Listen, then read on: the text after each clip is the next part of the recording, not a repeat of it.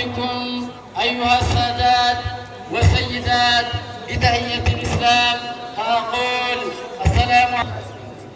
إن شاء الله الله سبحانه وتعالى لما سجد الجبال جعل الدين رباطا متينا የዲናችንን ትስስር ጠንካራ ያደረገ የሆነ ጌታ በይነ ቁሉቢል ሙእሚኒን በምእመናኖች ቀልብ ውስጥ አላህ ሱብሓነሁ ወተዓላ ጠንካራ የሆነ ትስስር አለ።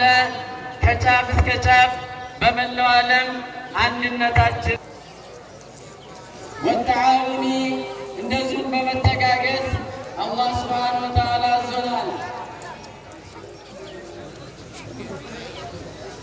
التعاون بتعاون الله سبحانه وتعالى عند وزن عند الجزاء ومن الجزاء عند النبي ومن كتر الله سبحانه وتعالى وكلامه الصلاة أكبر المدرك سبحانه وتعالى كالكرونا والتنازع سكتنا نتركن لنا جمس الله سبحانه وتعالى عندنا نسكبا يأذنا الله سبحانه وتعالى.